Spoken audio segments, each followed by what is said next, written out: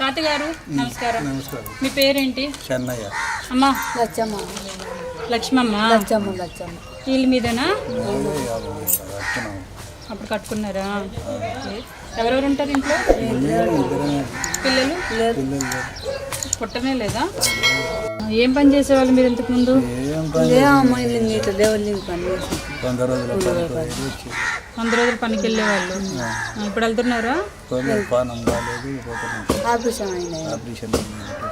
ఏం ఆపరేషన్? అరే మీకు అక్క చెల్లెళ్ళు ఉన్నారమ్మా? మీకండి?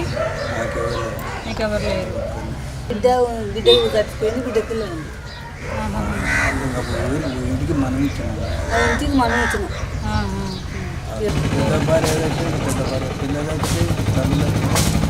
సొంత భార్యగా ఉన్నది. చనిపోయింది. ఆవిడకి పిల్లలు ఉన్నారా? లేదు. ఒక పిల్లకి ఆయనకు పిల్ల ఉంది. ఓహో, మీకు పిల్లలు లేరు. ఓకే.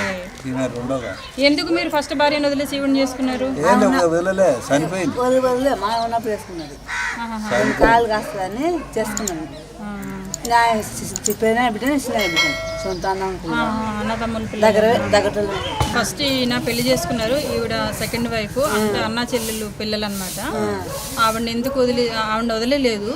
ఆవిడకి పిల్లలు పుట్టడం, చనిపోవటం అట్లా ఏదో జరిగి మొత్తానికి చివరిగా ఒక పాప అయితే పుట్టిందనమాట. బ్రతికే ఉంది. సరే పిల్లలు కొడుకులు పుట్టాలి అన్న ఉద్దేశంతో సొంత సిస్టర్, కజిన్ సిస్టర్ అనమాట. అందుకని ఈమెను పెళ్లి చేసుకోవడం జరిగింది. కాస్త ఇవిడికి పిల్లలు కూడా లేరు. ఒక కూతుర్ని పెళ్లి చేసి పంపించేశారంట. అంటే ఈమెకైతే పిల్లలు లేరు. సో అదనమాట. తాతయ్యకి ఆపరేషన్ అయింది.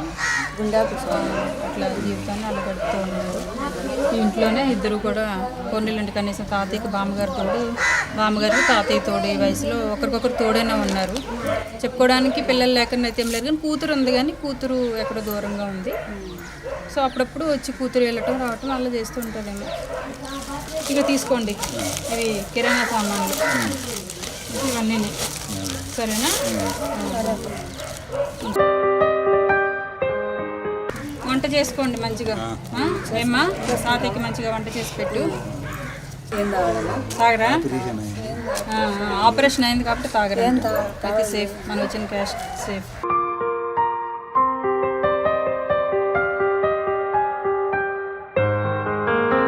సరేనా? Okay, bye.